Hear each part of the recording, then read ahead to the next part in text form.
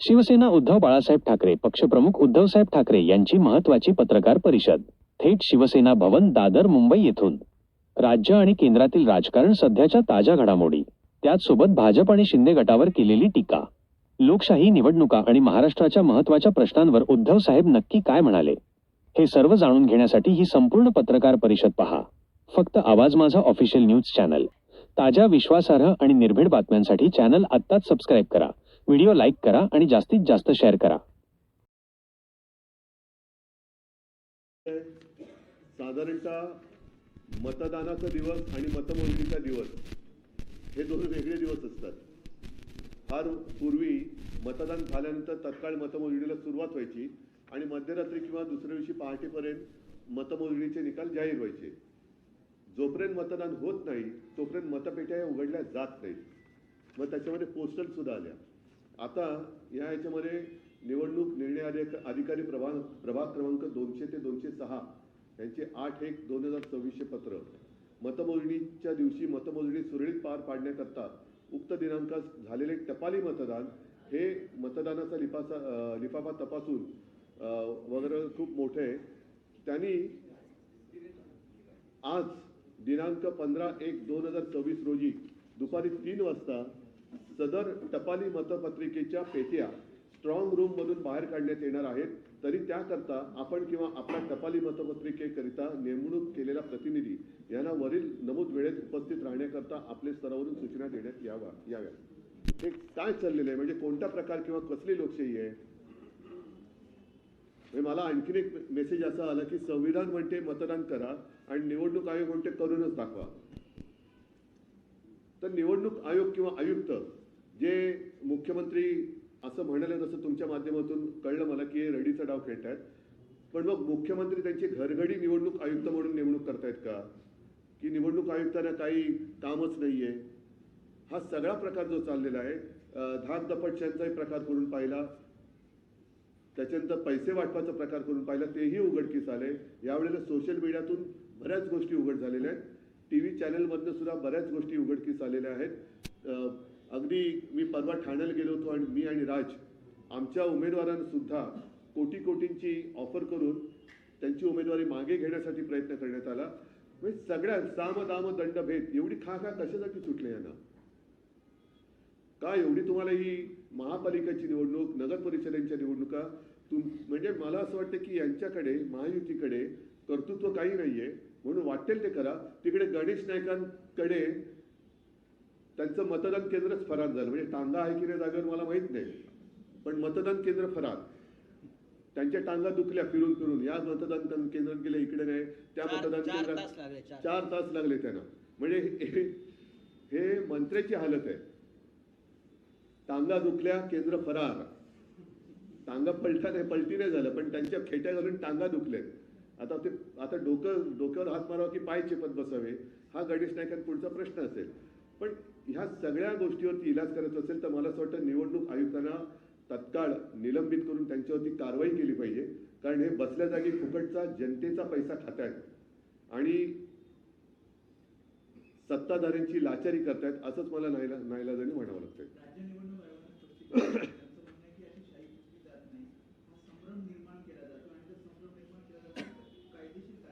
बरं, आता मी सांगितलं की ते काय त्याचं नाव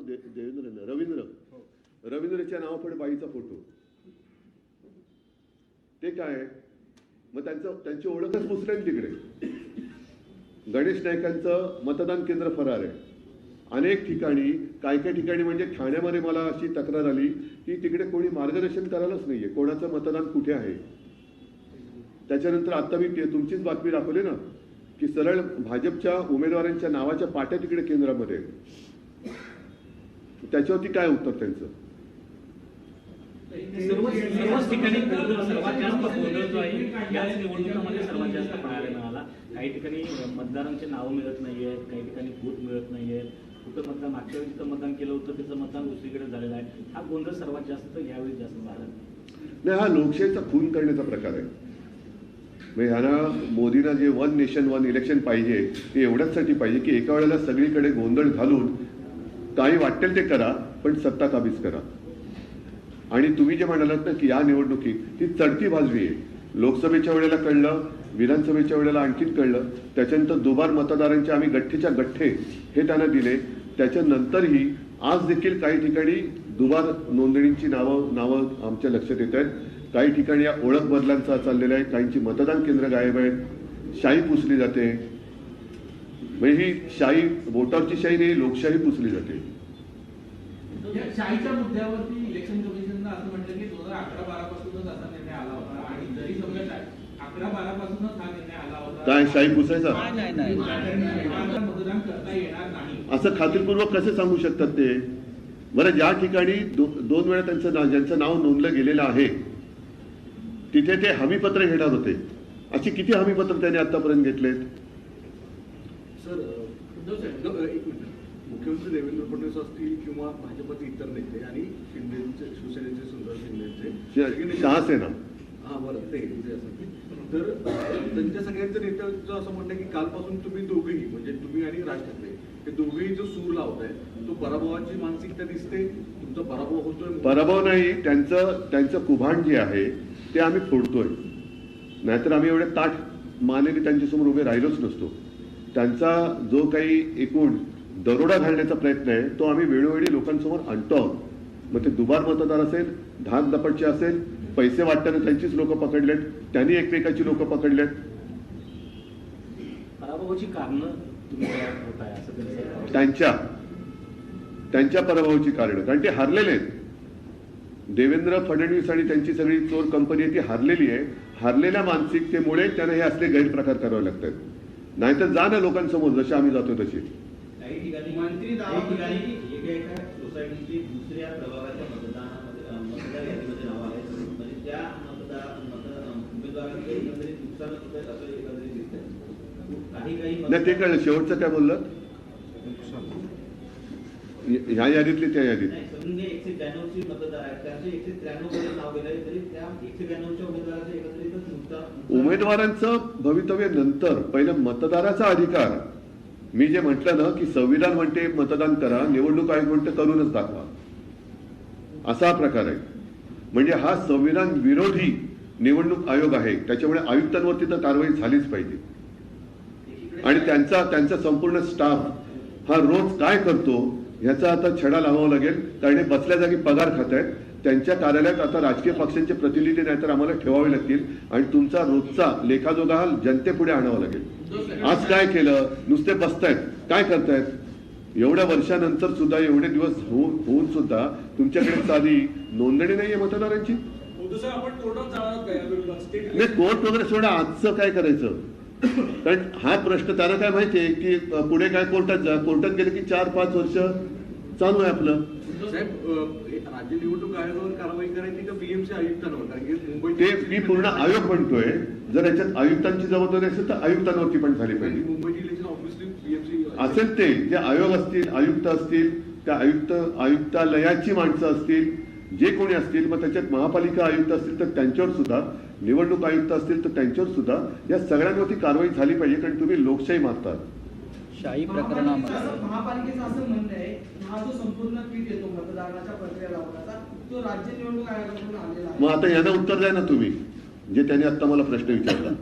म्हणतात की 150हून जास्त जागा आम्ही जिंकलो. ते सोडा, आजचं पहिलं मतदानाचं बोला. मी आतापर्यंत अनेक निवडणुका पाहिलेल्या आहेत आणि त्यासाठी अनुभवलेल्या आहेत. पैसे तर वाटलेले आहेत, चांदीची नाणी पण वाटलेली तो आहेत, एवढा आला कुठून पैसा? वॉशिंग मशीन वाढलेले आहेत. वॉशिंग मशीन समजू शकतो, ते भाजपचं आहेच. मिक्सर पण वाटले. हो, मिक्सर पण वाटले. सगळ्या भ्रष्टाचारांना मिक्सर मध्ये टाकून मिक्स करतात भाजपमध्ये. त्याच्यामुळे त्यांनी मिक्सर पण वाटले. पण मिक्सर जरी वाटले, वॉशिंग मशीन जरी वाटली, तरी जनता शून्य आहे. ते हे सगळे खडे आपल्या तांदळातले ते उचलून फेकल्याशिवाय राहणार नाही. तुम्ही आधी निवडणूक आयोगाच्या विरोधात मोर्चा काढला होता, तुम्ही भेट घेतलेली, पण आता ज्या पद्धतीनं चित्र दिसत आहे, खरंच निवडणूक आयोग झोपले असं वाटतं? झोपेचं ढोंग करते. साहेब, स्वतः तुम्ही मतदान केलं का? मगाशी तुम्ही मतदान केलं तर दावा करताय की शाही जाते. आता स्वतः मी पण आता पुसून बघणार आहे शाही. हा, म्हणजे पण एक आहे, मी काय दुबार मतदान, एक तर माझं कुठे नाव नाहीये, त्याच्यामुळे दुबार मतदान करायला जात नाही. हा प्रश्न गंभीर आहे, तो गांभीर्याने घेतला पाहिजे. TV चॅनलवरती सुद्धा काही रिपोर्टर मला त्यांना खास धन्यवाद द्यायचे की ते स्वतः डेमो देत आहेत शाही पुसण्याचं. आणि हे एवढं जर का ढळढळीत सत्य, बोटावरची शाही जाते हे सत्य देवेंद्र फडणवीस आणि आयुक्त किंवा निवडणूक आयोग नाकारत असेल म्हणजे ह्यांची मिलीभगत आहे. ठीक आहे, चला तरी सुद्धा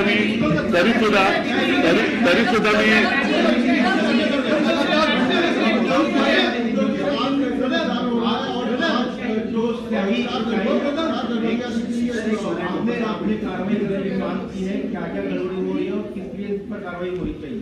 चुनाव आयोग और जो भी जिम्मेदार, शायद ये पहला चुनाव है जिसमें बहुत सारी शिकायतें आ रही है. मतदान के बाद जो इंक लगाई जाती है तुरंत वो निकाली जा सकती है. ये तो गंभीर है और ये मुझे कुछ फोन भी आए और आपके टीवी चैनल पर मैंने देखा भी. इसका मतलब ये है कि चुनाव आयोग और अगर मैं आरोप लगाऊं कि सत्ताधारी पक्ष है उनकी मिलीभगत है. बहुत सारे मतदाता ऐसे हैं कि उनका नाम उनको ढूंढना पड़ रहा है किस मतदार यादी में है. और स्वयं गणेश नाइक जिन्होंने कहा था कि टांगा पलटी घोड़ा फरार का है, तो उनका मतदान केंद्र ही फरार हुआ है. तो ये बहुत सारी गड़बड़ी इस बार दिखाई दे रही है. और अभी मैंने एक लेटर प्राप्त हुआ है. हाँ, ये देखो सॅनिटायझर वापरून ये बांद्रा में हुआ है. अभी आपको ये इतना दिखाई नहीं देगा, लेकिन वो क्या सैनिटाइजर, नेल पॉलिश रिमूवर, तो चुनाव आयोग ने क्या एजेंसी ली है सैनिटाइजर और नेल पॉलिश रिमूवर की? तो ये तो सीधा लोकशाही की हत्या हो रही है. और दूसरी बात, वो जो लेटर है पोस्टल वोट, उसकी पेटी भी आज खोलने जा रहे हैं. तो ये सारी बातें देखें तो मुझे ऐसा लगता है कि चुनाव कमिश्नर जो है, आयुक्त जो है, उनके ऊपर कार्रवाई होनी चाहिए. और वो किस लिए पैसा ले रहे, पगार क्यों ले रहे, सैलरी क्यों ले रहे रोज इतने साल. मतलब अभी मुंबई कारपोरेशन की इलेक्शन और साथ ही साथ अन्य जो महापालिका है उनकी इलेक्शन 5, 7, 9 साल के बाद होने जा रही है. 9 साल इन्होंने किया क्या, क्यों आपने पगार लिया है? और ये जनता का पैसा है. और अदरवाइज हमें हमारे पार्टी का एक प्रतिनिधि उनके कार्यालय ऑफिस में बिठाना पड़ेगा कि रोज क्या कर रहे हैं आप, हमें दे दो, जवाब दो. चुनाव आयुक्त भी नौकर है, वो राजा नहीं है. मतदार राजा असतो, आयुक्त नसतो. ठीक आहे, तरी सुद्धा मी सर्व जिथे निवडणुका सुरू आहेत तिथल्या सर्व मतदारांना खास करून विनंती करेन की प्रचंड संख्येने आपण बाहेर पडा आणि लोकशाहीचा खून करण्याचा जो प्रयत्न होतोय त्या प्रयत्नाचा खून करा. आपला मतदानाचा अधिकार बजावा आणि गुंड भ्रष्ट यांच्याकडे आपलं जीवन सोपवू नका. सगळ्यांना धन्यवाद. जय हिंद, जय